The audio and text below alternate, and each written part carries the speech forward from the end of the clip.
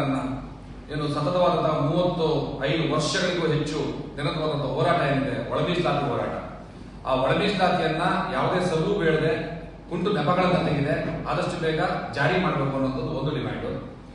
ಎರಡನೇದು 2B reservation, ಮುಸಲ್ಮಾನರ 4% reservation ಏನಿತ್ತು ಅದು ಬಿಜೆಪಿ ಸರ್ಕಾರ ರದ್ದು ಮಾಡಿತ್ತು, ಮತ್ತೆ ಕೋರ್ಟ್ಗೆ ಹೋಗಿ ಅದು ಸ್ಟೇ ಆಗಿತ್ತು. ಆದ್ರೆ ಕಾಂಗ್ರೆಸ್ ಸರ್ಕಾರ ಅಧಿಕೃತವಾಗಿ ಅದನ್ನು ರಿಸ್ಟೋರ್ ಮಾಡಿ 8% ಹೆಚ್ಚಿಸುವಂತಹ ಭರವಸೆಯನ್ನ ಏನ್ ನೀಡಿತ್ತು ಅದನ್ನ ಈಗಲೂ ಮಾಡಲಿಲ್ಲ. ಸೊ ಹಾಗಾಗಿ ಅದನ್ನ ಕೂಡಲೇ ಮಾಡಬೇಕು ಅಂತ. ಇನ್ನ ಮೂರನೇದಾಗಿ ಕಾಂತರಾಜ್ ಆಯೋಗದ ವರದಿ, ಈ ರಾಜ್ಯದ ಹಲವಾರು ಆದಿವಾಸಿಗಳು, ಅಲೆಮಾರಿಗಳು, ಬುಡಕಟ್ಟಿನವರು, ಅರೆಅಲೆಮಾರಿಗಳು, ಮತ್ತೆ ಅಲ್ಪಸಂಖ್ಯಾತರು, ದಲಿತರು, ಹಿಂದುಳಿದ ವರ್ಗಗಳು ಎಲ್ಲ ಸಮುದಾಯಗಳು ಕೂಡ ಸಂಜೀವಿನಿ ಆಗತ್ತೆ ಇದು ಅಂತ ಸ್ವತಃ ಸಿದ್ದರಾಮಯ್ಯ ಅವರು ಹೇಳಿದ್ರು. ಸೊ ಹಾಗಾಗಿ ಆ ಆಯೋಗದ ವರದಿಯನ್ನ ಬಿಡುಗಡೆ ಮಾಡಬೇಕು.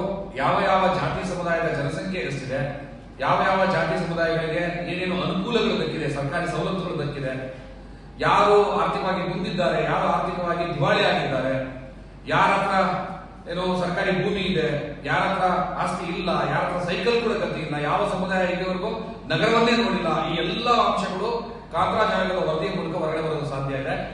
ಅದು ಬಂತು ಅಂತಂದ್ರೆ ಸಿದ್ದರಾಮಯ್ಯವರೇ ಹೇಳುವ ಪ್ರಕಾರ ಯಾರಿಗೆ ಅವಕಾಶ ವಂಚಿತರಾಗಿದ್ದಾರೆ ಅವರಿಗೆ ಬಜೆಟ್ ಅಲೋಕೇಶನ್ ಅಲ್ಲಿ ಸರಿಯಾದ ಬಜೆಟ್ ಅನ್ನ ಅಲೋಕೇಟ್ ಮಾಡಿ ಸಾಮಾಜಿಕ ನ್ಯಾಯವನ್ನು ಕೊಡಬಹುದು ಅಂತ ಸಿದ್ದರಾಮಯ್ಯವರೇ ಹೇಳಿರುವಂತದ್ದು. ಸೊ ನಿಮ್ಮ ಮಾತಿನ ಪ್ರಕಾರವಾಗಿ ನೀವು ನಡ್ಕೊಳ್ಳಿ, ಆಡಿದ ಮಾತನ್ನ ಮತ್ತೆ ಮತ್ತೆ ತಪ್ಪಿ ನೀವು ವಚನಪ್ರಸ್ಥರಾಗಬೇಡಿ, ನಂಬಿಕೆ ದ್ರೋಹಿಗಳಾಗಬೇಡಿ ಅನ್ನುವಂತ ಒಂದು ಡಿಮ್ಯಾಂಡ್ ಅನ್ನು ಮಾಡ್ತಾ ಇದ್ದೀವಿ. ಮತ್ತೆ ನಾಲ್ಕನೇದಾಗಿ ಈ ಬಾರಿಯ ಬಜೆಟ್ ಅಲೋಕೇಶನ್ ಅಲ್ಲಿ ರಾಜ್ಯದ 17% ಜನಸಂಖ್ಯೆ ಇರುವಂತಹ ಮುಸಲ್ಮಾನರಿಗೆ ಕನಿಷ್ಠ ಪಕ್ಷ 10,000 ಕೋಟಿನಾದ್ರೂ ಕೂಡ ನೀವು ಬಜೆಟ್ ಅಲ್ಲಿ ಅಲೋಕೇಟ್ ಮಾಡಬೇಕು ಅನ್ನೋ ಒಂದು ಡಿಮ್ಯಾಂಡ್ ಅನ್ನು ಮಾಡ್ತಾ ಇದ್ದೀವಿ. ಮತ್ತೆ ದಲಿತ ಸಮುದಾಯಕ್ಕೆ SEPTSP ನಿಟ್ಟಿನಲ್ಲಿ ಬಜೆಟ್ ನ ಅಲೋಕೇಟ್ ಮಾಡಿ ಮತ್ತೆ ಅದನ್ನು ಕಳ್ಳತನ ಮಾಡುವಂತಹ ಕೆಲಸ ಮಾಡಬೇಡಿ ಅಂತ.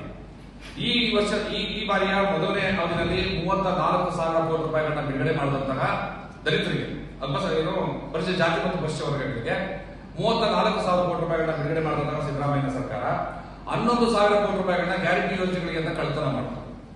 ಗ್ಯಾರಂಟಿ ಯೋಜನೆ ಕೇವಲ ದಲಿತರಿಗೆ ಮಾತ್ರ ಅಲ್ಲ, ಈ ನಾಡಿನ ಎಲ್ಲ ಸಮಸ್ತರಿಗೂ ಕೂಡ, ಬ್ರಾಹ್ಮಣ, ಲಿಂಗಾಯತ, ಒಕ್ಕಲಿಗ, ಕುರುಬ, ತಿಗಡರ, ಮನೆದಾರ, ಮಾದಾರ, ಎಲ್ಲ ಸಮಸ್ತ ಏನ್ ಜಾತಿಗಳಿದ್ದಾವೆ ಆ ಎಲ್ಲರಿಗೂ ಸಂಬಂಧಪಟ್ಟಿದ್ದು. ಆದ್ರೆ ಆ ಗ್ಯಾರಂಟಿ ಯೋಜನೆಗೆ ದಲಿತರ ಹಣವನ್ನು ಕಳ್ಳತನ ಮಾಡುವಂತಹ ದುರ್ಗತಿ ಈ ಸರ್ಕಾರಕ್ಕೆ ಬಾರದೇ ಇರಲಿ ಅಂತ ಈ ಬಾರಿ 39,000 ಕೋಟಿ ಅನೌನ್ಸ್ ಮಾಡಿದ್ದಾರೆ ದಲಿತರ ಅಭಿವೃದ್ಧಿಗೆ ಅಂತ. 15,000 ಕೋಟಿ ರೂಪಾಯಿಗಳನ್ನ ಮತ್ತೆ ಕಳ್ಳತನ ಮಾಡಿದ್ದಾರೆ. ಈ ರೀತಿಯಾದಂತಹ ಕಳ್ಳ ಸರ್ಕಾರ ನಿಮ್ಗೆ ಆಗದೇ ಇರಲಿ, ದಲಿತರ ಹಕ್ಕುಗಳನ್ನ, ಸಾಂವಿಧಾನಿಕ ಹಕ್ಕುಗಳನ್ನ ಮತ್ತೆ ಬೈಪಾಸ್ ಮಾಡಿ ಕಳ್ಳತನ ಮಾಡುವಂತಹ ದುರ್ಗತಿ ನಿಮ್ಗೆ ಆಗದೇ ಇರಲಿ ಅನ್ನುವಂತಹ ಒಂದು ಡಿಮ್ಯಾಂಡ್ ಅನ್ನು ತರ್ತಾ ಇದ್ದೀವಿ. ಈಗ ಇಷ್ಟೂ ವಿಚಾರಗಳ ಬಗ್ಗೆ ಸ್ವಲ್ಪ ವಿವರಿಸಿ ಹೇಳೋದಾದ್ರೆ, ಒಳ ಮೀಸಲಾತಿ ವಿಚಾರ. ಒಳ ಮೀಸಲಾತಿ ಈ ರಾಜ್ಯದ ದಲಿತ ಸಮುದಾಯದ 35 ವರ್ಷಗಳ ಆಗ್ರಹ ಮತ್ತು ಬೇಡಿಕೆ. ಮೀಸಲಾತಿಯಲ್ಲಿ ಅನ್ಯಾಯ ಆಗ್ತಾ ಇದೆ, ಅಸ್ಪೃಶ್ಯರಿಗೆ, ಸ್ಪೃಶ್ಯ ಜಾತಿಗಳಿಗೆ ಅದು ಹೆಚ್ಚಾಗಿ ತಲುಪ್ತಾ ಇದೆ. ಹಾಗಾಗಿ ಅದನ್ನ ಆಯಾ ಜಾತಿ ಜನಸಂಖ್ಯೆಗೆ ಅನುಸಾರವಾಗಿ ಡಿವೈಡ್ ಮಾಡಿ ಅನ್ನುವಂಥ ಒಂದು ಡಿಮ್ಯಾಂಡ್ ಇದೆ.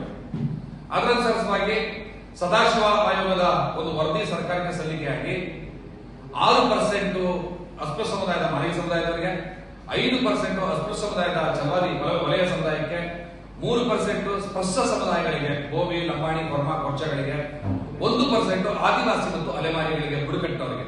ಇದು ತುಂಬಾ ವಿಶೇಷ ಏನು ಅಂತಂದ್ರೆ 1% ಮೀಸಲಾತಿ ಕೂಡ ಇಲ್ಲಿವರೆಗೂ ಆದಿವಾಸಿ ಅಲೆಮಾರಿಗಳಿಗೆ ಸಿಕ್ಕೇ ಇಲ್ಲ. ಮೀಸಲಾತಿ ಏನು ಅಂತಾನೆ ಅವ್ರಿಗೆ ಅರ್ಥ ಆಗಿಲ್ಲ, ಆದಿವಾಸಿ ಅಲೆಮಾರಿಗಳಿಗೆ, ಬುಡಕಟ್ಟವರಿಗೆ. ಸೊ ಸದಾಶಿವ ಆಯೋಗದ ವರದಿಯ ಪ್ರಕಾರ 1% ಆದ್ರೂ ಮೀಸಲಾತಿ ಅವರು ಸಿಗ್ತಾ ಇಲ್ಲ. ಅದು ಈ ಸಾರಿ ಉಡುಪಿಯ SP ಅವರು ಈ ಕಾರ್ಯಕ್ರಮಕ್ಕೆ ನಾನು ಅನುಮತಿ ಕೊಡೋದಿಲ್ಲ ಅಂತ ಹೇಳ್ತಿದ್ದಾರೆ. ADGP ಅವರು ಏನ್ ಮಾಡ್ತಿದ್ದಾರೆ, ನಿಯಮಾನುಸಾರ ಕ್ರಮ ಕೈಗೊಳ್ಳಿ ಅಂತ. ಆ ನಿಯಮಗಳ ಅಡಿನಲ್ಲಿ ಅವ್ರು ಹೇಳ್ಬೇಕು ಯಾಕೆ ನಾನು ಇದಕ್ಕೆ ಪರ್ಮಿಷನ್ ಕೊಡಲ್ಲ ಅಂತ, ಅಥವಾ ನಿಯಮಗಳ ಅನುಸಾರವಾಗಿ ಕಾರ್ಯಕ್ರಮ ನಡೆಯೋದಕ್ಕೆ ಅವಕಾಶ ಮಾಡಿಕೊಡ್ಬೇಕು. ಕಾನೂನು ಯಾವುದೇ ವೈಯಕ್ತಿಕವಾದಂತಹ ಸೊತ್ತಲ್ಲ, ನಾನು ಕೊಡಲ್ಲ ಅಂತ SP ಅವ್ರಿಗೆ ಹೇಳಕ್ ಬರಲ್ಲ. ನಮ್ಮ ಕಾನೂನಲ್ಲಿ ಅವಕಾಶ ಇಲ್ಲ ಅಂತ ಹೇಳಿದ್ರೆ ಕಾನೂನು ಯಾವ ಅವಕಾಶ ಇಲ್ಲ ಏನು ಅಂತ ನಾವು ಅವ್ರಿಗೆ ಹೇಳ್ಬೇಕಾಗ್ತದೆ. ಮತ್ತೆ ನಮ್ಮ ಕಾರ್ಯಕರ್ತರು ಅವ್ರ ಹತ್ರ ಹೋದಾಗ ಅವ್ರು ಹೇಳ್ತಾರೆ, ADGP ಅವರಿಂದ ನೀವು ಆದೇಶ ಮಾಡ್ಕೊಂಡು ಬನ್ನಿ, ಅವರು ಸುಮ್ಮನೆ ಸೂಚಿಸಿದ್ದಾರೆ, ಆದೇಶ ಮಾಡಿಲ್ಲ ಅಂತ. ಸೊ ADGP ಅವರು IPS ಆಫೀಸರ್ ಇರ್ತಾರೆ, ಇವರು ಕೂಡ SP ಅವರು IPS ಆಫೀಸರ್ ಇರ್ತಾರೆ. ಇವ್ರಿಗೆ ಅರ್ಥ ಆಗ್ಬೇಕು, ADGP ಅವರಿಗೆ ಅವ್ರು ಕೊಟ್ಟಂತಹ ಪತ್ರಕ್ಕೆ ವಾಪಸ್ ಉತ್ತರ ಬರೀಬೇಕು ಅಂತ. ಏನು ಅಂತಂದ್ರೆ, ನೀವು ನಮಗೆ ಆದೇಶ ಮಾಡಿದ್ದು ಪೂರ್ಣವಾಗಿಲ್ಲ, ಅಪೂರ್ಣವಾಗಿದೆ, ನೀವು ನಮಗೆ ನಿಯಮಾನುಸಾರ ಕ್ರಮ ಕೈಗೊಳ್ಳಿ ಸೂಚಿಸಿದ್ದೀರಿ, ನೀವು ನಮ್ಗೆ ಆದೇಶ ಮಾಡಿದ್ದ ಇವರು ಅವರು ಪತ್ರ ಬರೀಬೇಕು. ನಮ್ಮನ್ನು ಕೇಳ್ತಾರೆ ಆದೇಶ ಪತ್ರ ಇಸ್ಕೊಂಡು ಬನ್ನಿ ಅಂತ. ಪೊಲೀಸ್ ಕೆಲಸ ನಾವು ಇವ್ರಿಗೆ ಹೇಳ್ಕೊಡ್ಬಾರ್ದು. ಅವರು ದೊಡ್ಡವರಿದ್ದಾರೆ, ಅಧಿಕಾರದಲ್ಲಿ ಬಹಳ ಉನ್ನತ ಸ್ಥಾನದಲ್ಲಿದ್ದಾರೆ, ಬಹಳ ಕಷ್ಟ ಬಿದ್ದು IPS ಓದ್ಕೊಂಡು ಬಂದು ಬಂದಿದ್ದು SP ಆಗಿದ್ದಾರೆ. ಅವರು ನಮ್ಮ ಹತ್ರ ಕಾನೂನು ಹೇಳಿಸ್ಕೊಡುವಂತ ಕೆಲಸವನ್ನ ದಯಮಾಡಿ ಮಾಡಬಾರ್ದು ಅಂತ ನಿಮ್ಮ ಪತ್ರಿಕಾ ಮಿತ್ರರಿದ್ರೆ ನಿಮ್ಮ ಮೂಲಕ ನಾನು ಅವರಿಗೆ ಈ ವಿಷಯವನ್ನ ತಲುಪಿಸೋದಕ್ಕೆ ಇಷ್ಟಪಡ್ತೀನಿ. ಅಥವಾ ನಮ್ಮ ಕಾರ್ಯಕ್ರಮವನ್ನು ಏನಾದರೂ ಇಲ್ಲಿಂದ ವ್ಯವಸ್ಥಿತವಾಗಿ ಮುಂದೆ ಹೋಗೋದಕ್ಕೆ ಅವಕಾಶ ಮಾಡಿಕೊಂಡೆ ಹೋದ್ರೆ ಸರಿಸುಮಾರು 7 ರಿಂದ 8 ದಿವಸಗಳ ಕಾರ್ಯಕ್ರಮ ಅಂತ ನಾವು ರೂಪಿಸಿದ್ದೀವಿ 11 ಜಿಲ್ಲೆಗಳಲ್ಲಿ. 11 ಜಿಲ್ಲೆಗಳ ಕಾರ್ಯಕರ್ತರನ್ನ ನಾವು ಉಡುಪಿಗೆ ಕರೆದುಬಿಟ್ಟು ಇಲ್ಲೇ ಕೂತಿದ್ದೀವಿ. ಅದು ಯಾವ ನಿಯಮದ ಅಡಿಯಲ್ಲಿ ಅವರು ನಮಗೆ ಪರ್ಮಿಷನ್ ಕೊಡೋಕೆ ಸಾಧ್ಯ ಇಲ್ಲ ಅನ್ನೋದು ವಿಚಾರವನ್ನ ನಿಮ್ಮ ಮುಂದೆ ನಮಗೂ ಮತ್ತೆ ಸಾರ್ವಜನಿಕರಿಗೂ ಮತ್ತೆ ADGP ಅವರಿಗೆ ಆದೇಶ ಮಾಡಿರೋದು ADGPಗೆ ತಿಳಿಸ್ಕೊಡ್ಬೇಕು ಅಂತ ನಾನು ಈ ಮೂಲಕ ತಮ್ಮೆಲ್ಲರನ್ನೂ ಕೂಡ ನಾನು ವಿನಂತಿ ಮಾಡ್ಕೊಳ್ತಾ ಇದ್ದೀನಿ. Thank you. ನಿಷ್ಪ್ರಯೋಜಕ ಅನ್ನೋ ರೀತಿಯಲ್ಲಿ ರಿಜೆಕ್ಟ್ ಮಾಡಿದ್ದಾರೆ. ಬಿಜೆಪಿ ಸರ್ಕಾರವೂ ಮಾಡಿತ್ತು, ಕಾಂಗ್ರೆಸ್ ಸರ್ಕಾರವೂ ಕೂಡ ಅದನ್ನು ಪರಿಗಣಿಸ್ತಾ ಇಲ್ಲ.